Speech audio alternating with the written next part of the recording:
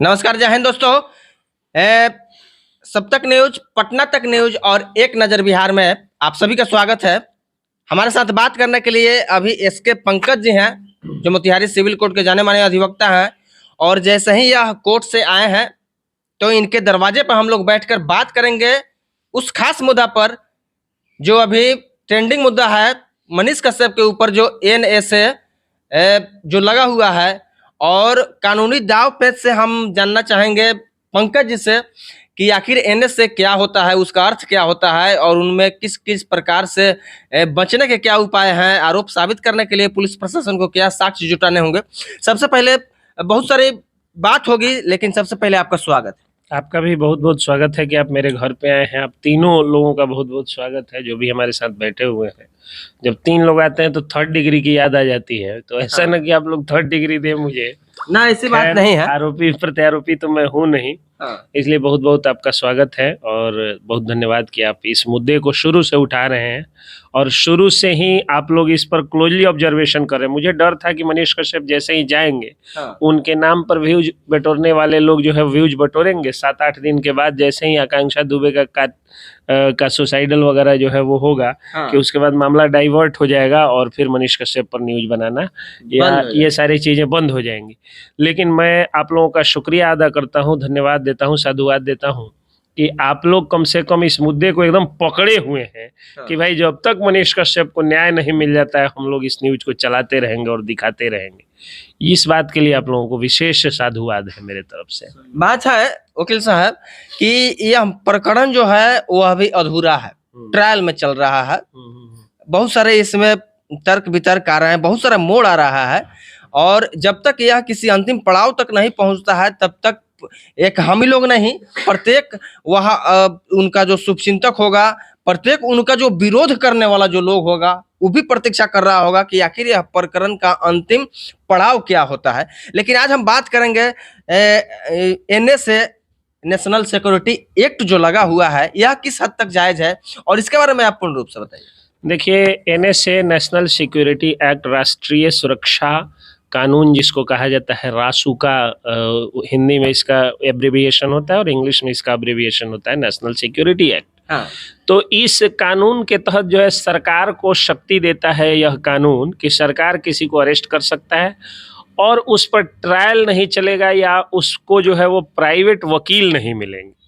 ये शक्ति जो है उस मतलब जिस व्यक्ति को लगता है कि संदिग्ध है और जिस व्यक्ति को सरकार को लगता है कि इस व्यक्ति से राष्ट्र को की सुरक्षा को खतरा है, ये आदमी देश के लिए खतरा हो सकता है, उस पर ये कानून लगाया जाता है। अब देखिए कितनी हास्यास्पद बात है।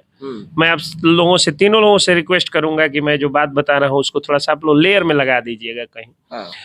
हिंदुस्तान अखबार ने छापा था बर्बरता और उसके बाद हाइफन, और हाइफन देके शुरू करता है कि तमिलनाडु में बिहारी मजदूरों के ऊपर जो है वो मतलब अत्याचार हो रहा है, उन पर जो है हमला हो रहा है, चाकू इत्यादि से हमला होने की बात हिंदुस्तान अखबार में छपा। हिंदुस्तान अखबार आज का अखबार नहीं है। हिंदुस्तान जो है वो एक RNI रजिस्टर्ड अखबार है और हिंदुस्तान जो है वो कोई छोटा मोटा अखबार भी नहीं है। वो अखबार छपता है और मनीष कश्यप जिस वीडियो को डालते हैं उस वीडियो में क्या लिखते हैं कि तेजस्वी यादव जी या बिहार सरकार जी, आप देखिएगा डिटेल मेरे सामने नहीं है लेकिन आप लोग लगा जरूर दीजिएगा लेयर में स्क्रीनशॉट लेकर के, अगर संभव हो सके तो। और बाकी आपकी एडिटोरियल पॉलिसी क्या है वो आप जानिए, लेकिन मेरा जो रिक्वेस्ट है तो वो सवाल पूछते हैं कि ये बिहारी मजदूरों के ऊपर जो है वो पट्टियां बंधी हुई हैं, घायल हैं या चोट लगा हुआ है, चोटिल है। तो जो जिस मीडिया ने इसको डाला है उसका ये नंबर है, ये एड्रेस है, ये लिंक है। आप थोड़ा जांच कराइए, कहीं ऐसा तो नहीं कि आप ही झूठ बोल रहे हैं कि तमिलनाडु के में मजदूरों के ऊपर अत्याचार या हमला नहीं हो रहा है। यानी उन्होंने एक सवाल पूछा था बिहार सरकार से कि आप ही जांच करा करके ना सही या झूठ साबित करिएगा। ठीक है, कोर्ट का आदेश से वो गए हैं ट्रांजिट रिमांड पे, लेकिन अपोज भी तो नहीं किया ना बिहार के सरकार ने। और तेजस्वी यादव को खुद की लड़ाई लड़ने के लिए उन पर जो है जितना वर्ष के वो हैं उतना कितना उन पर मुकदमा है। हाँ, उसके लिए इनको एक से एक वकील मिल जाते हैं। हाँ, लेकिन एक तमिलनाडु की पुलिस बिहार के छोरा पे, बिहार के लड़का पे, सन ऑफ बिहार के बेटा पर जो है रासुका लगाती है, एनएसए लगाती है, तो उसका विरोध करने के लिए तेजस्वी यादव को वकील नहीं मिलता है। हाँ, समझिएगा बात को। अब एनएसए कानून क्या कहता है कि उस व्यक्ति को प्राइवेट वकील नहीं मिल सकता है और उस व्यक्ति को 3 महीने से लेकर के साल भर तक सरकार जो है वो जेल में रख सकती है। हाँ, यानी सरकार को बिना कारण बताए किसी को गिरफ्तार करने का, अगर वो राष्ट्रीय सुरक्षा के लिए खतरा है, तो ये अधिकार देने वाला कानून है एनएसए। आसान शब्दों में आप समझ गए? हाँ, अच्छा, अब देखिए, अब ये क्या है कि जब जाएंगे मनीष कश्यप हाँ, पर, जब ये कानून लगाया गया, हाँ, तो अब साबित करना होगा कोर्ट में। हालांकि 10 तारीख को एक राहत भरी खबर हो सकता है कि देखने को सुनने को मिल जाए। हाँ, आज शनिवार है और हम लोग 8 तारीख को बात कर रहे हैं, यानी हाँ। परसों का इंतजार करिए आप लोग। हाँ, परसों ये खबर मिल सकती है कि हो सकता है एनएसए हटा दिया जाए। हाँ, बहुत बढ़िया वकील जो है उस पर लगे हुए हैं सुप्रीम कोर्ट के, तो वो हो सकता है कि उनको हटा दिया जाए इस कानून को। और इस कानून को जब हटा दिया जाएगा तो क्या होगा, तो फिर ये इनका, चूंकि साबित करना होगा सरकार को लगता है कि राष्ट्रीय सुरक्षा के लिए मनीष कश्यप खतरा है, तो बताइए कि किस नक्सली गतिविधि, नक्सल संगठन से मनीष कश्यप के साठगांठ है। यानी यह 10 तारीख को सुनवाई होनी है सुप्रीम कोर्ट में। हाँ, आप बताइए किस अलगाववादी संगठन से मनीष कश्यप के साठगांठ है। आप बताइए किस खालिस्तानी संगठन से जो है मनीष कश्यप के, किस पाकिस्तानी संगठन से मनीष कश्यप के साठगांठ है। हाँ, इसको साबित करना होगा, गठजोड़ दिखाना होगा, लाइजन दिखाना होगा, कॉल डिटेल्स दिखाना होगा, ट्रैफिक दिखाना होगा कि इस आधार पे जो है यह व्यक्ति राष्ट्र के सुरक्षा के लिए खतरा है। हाँ, अब अगर इस वीडियो को ही आप राष्ट्र सुरक्षा के लिए खतरा मानते हैं, जो वीडियो इन्होंने डाल करके सवाल पूछा था, हाँ, तो ये वीडियो पहले से भी हाँ, वायरल था। हाँ, पहली बात। दूसरी बात कि विधायक अनिल यादव, आरजेडी के विधायक अनिल यादव ने भी हाँ, एक वीडियो डाल करके कि बिहारियों पर बर्बरता हो रही है, उन्होंने ये चीज डाला था। पप्पू यादव ने भी डाला था। बाद में फेसबुक की नीतियों के कारण, पॉलिसीज के कारण जो है वो पुलिस स्तर से उन वीडियो को डी वायरल कर दिया गया और हर जगह से डिलीट कर दिया गया। हाँ, तो इतने और हिंदुस्तान ने छापा भी, जिसके प्रिंट आज भी कई लोगों के हाथ में पड़े हैं, चैनल पर भी चल रहा है और कई चैनलों पे भी चल रहा है। हाँ। वो सब राष्ट्र के सुरक्षा के लिए खतरा नहीं है। खतरा है तो सिर्फ एक आर्मी जवान का पत्रकार बेटा, इंजीनियर बेटा, मतलब इंजीनियरिंग किया हुआ पत्रकार बेटा राष्ट्र की सुरक्षा के लिए खतरा है। पूरे वर्ल्ड में पहली बार ऐसा होगा कि किसी आर्मी जवान के पत्रकार बेटा को के ऊपर उस देश के सुरक्षा के लिए खतरा को रोकने वाला कानून लगाया गया होगा। लोकतंत्र के लिए यह किस प्रकार से आप इसको देख रहे हैं? लोकतंत्र के लिए यह पूरा खतरा है। देखिए, मैं शुरू से कह रहा हूं कि चूंकि मैं एक वकील जरूर हूं, हाँ, लेकिन मेरे अपने कुछ व्यक्तिगत अधिकार भी हैं, हाँ, और मैं इस देश का एक नागरिक हूं। हाँ, तो आप इतिहास उठा करके देख लीजिए कि जब जब लालू यादव की सरकार इस देश में, इस राज्य में आई है, हाँ, तब देखिए तानाशाही बढ़ी है कि नहीं बढ़ी है, सो आप देख लीजिए। जब चारा घोटाला हो रहा था तो कई अखबारों में हिम्मत नहीं होती थी अखबारों को छापने की, जबकि आप, अच्छा, ये सब कोई जानता है कि स्कूटर पर इन्होंने गाय या भैंस लाद करके भेजा था। रिपोर्ट था कि स्कूटर पर हम गाय या भैंस लाद करके भेजे थे। हाँ, ये किसी अखबार की हेडिंग में था? नहीं था।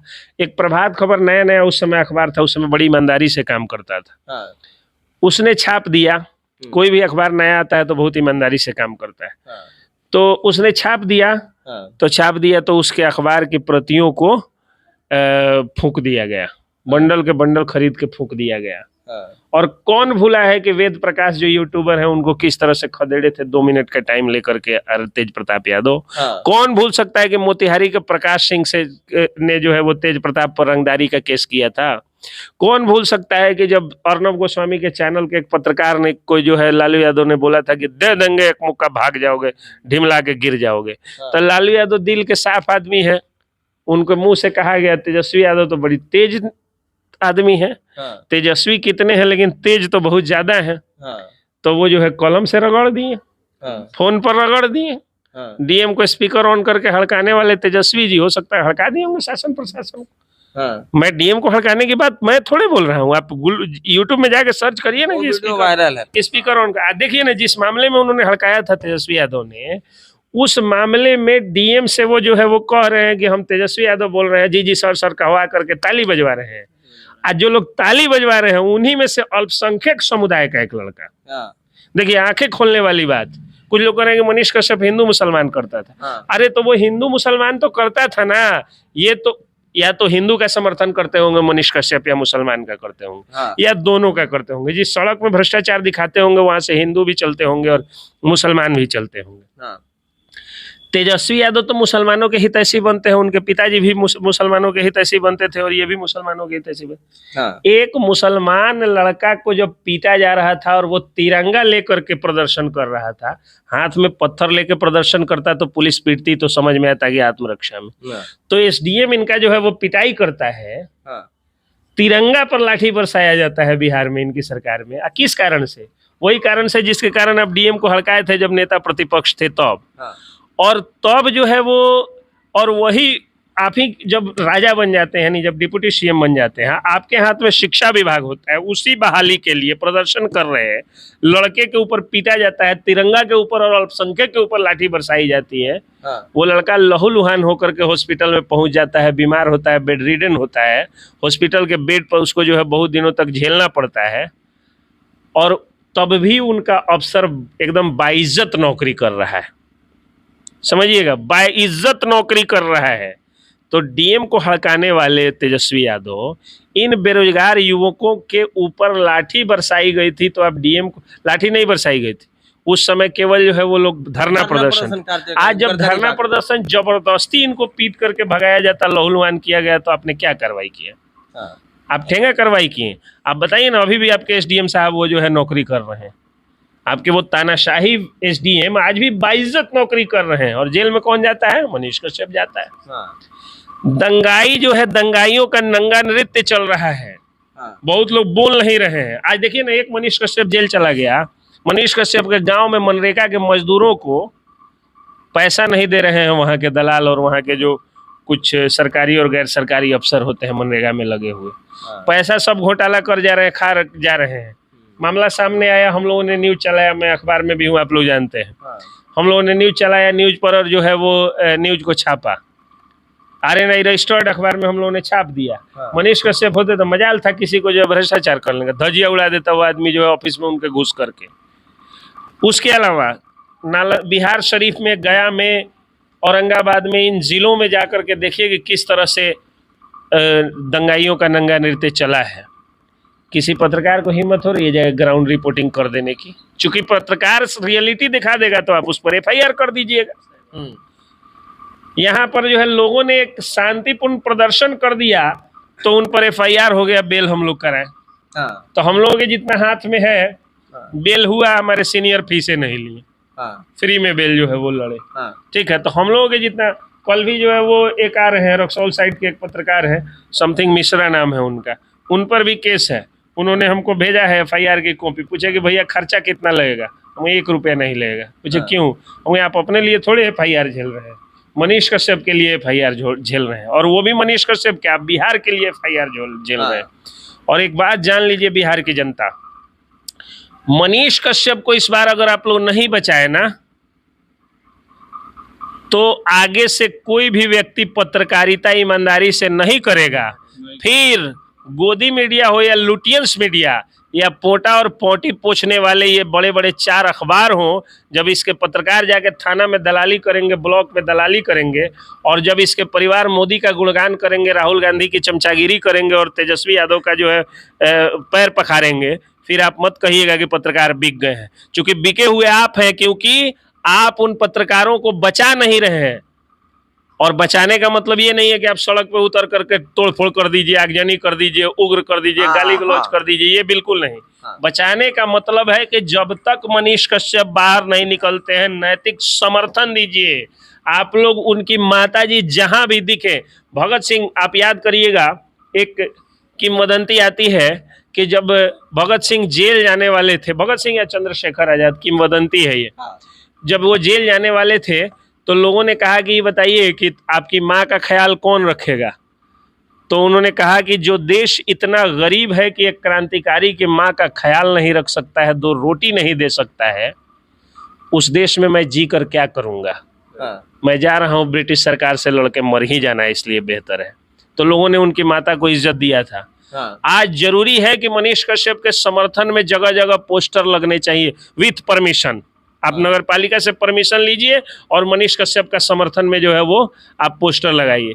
आज जरूरत है कि जगह जगह मनीष कश्यप के लिए आई सपोर्ट मनीष कश्यप का जो है वो हैशटैग ट्विटर पे ऐसे भी ट्रेंडिंग चल रहा है, फेसबुक पर, ट्विटर पर, स्टेटस में लगाइए। आज जरूरी है कि फेसबुक के प्रोफाइल को आप जो है वो मनीष कश्यप का प्रोफाइल लगाइए, आप व्हाट्सएप के प्रोफाइल में मनीष कश्यप को लगाइए। उस व्यक्ति को इतना नैतिक समर्थन दे दीजिए कि आगे आने वाले दिनों में हर घर से एक मनीष कश्यप पैदा हो, और वो अगर जेल में जाकर के 7-8 महीने की यातनाएं झेले तो उसके लिए यह गर्व का विषय हो कि मैंने जेल काटा है बिहार की लड़ाई लड़ने के लिए, बिहार के मजदूरों की लड़ाई लड़ने के लिए, गरीबों की लड़ाई लड़ने के लिए, और मजलूमों की लड़ाई लड़ने के लिए, और न्याय की लड़ाई लड़ने के लिए, विद्यार्थियों की लड़ाई लड़ने के लिए, सेशन को अप टू डेट करने की लड़ाई लड़ने के लिए, रोजगार की लड़ाई लड़ने के लिए मैं जेल से आया हूँ। तो ये मेरे लिए गर्व का विषय होना चाहिए। इसलिए बिहार की जनता से हाथ जोड़ के निवेदन है कि उग्र कहीं मत होइए, कानून को हाथ में मत लीजिए, लेकिन कानून को साथ में लेकर के गांधीवादी तरीके से मनीष कश्यप का इतना समर्थन कर दीजिए कि हर घर से मनीष कश्यप पैदा हो। तो आप देख रहे थे, ये हमारे साथ थे प्रसिद्ध अधिवक्ता मोतिहारी सिविल कोर्ट के एसके पंकज जी। को किस नज़र से देखते हैं, अपनी प्रतिक्रिया जरूर दीजिएगा, और मिलते हैं आप लोगों से अगले वीडियो में। जय हिंद। जय हिंद, जय बिहार।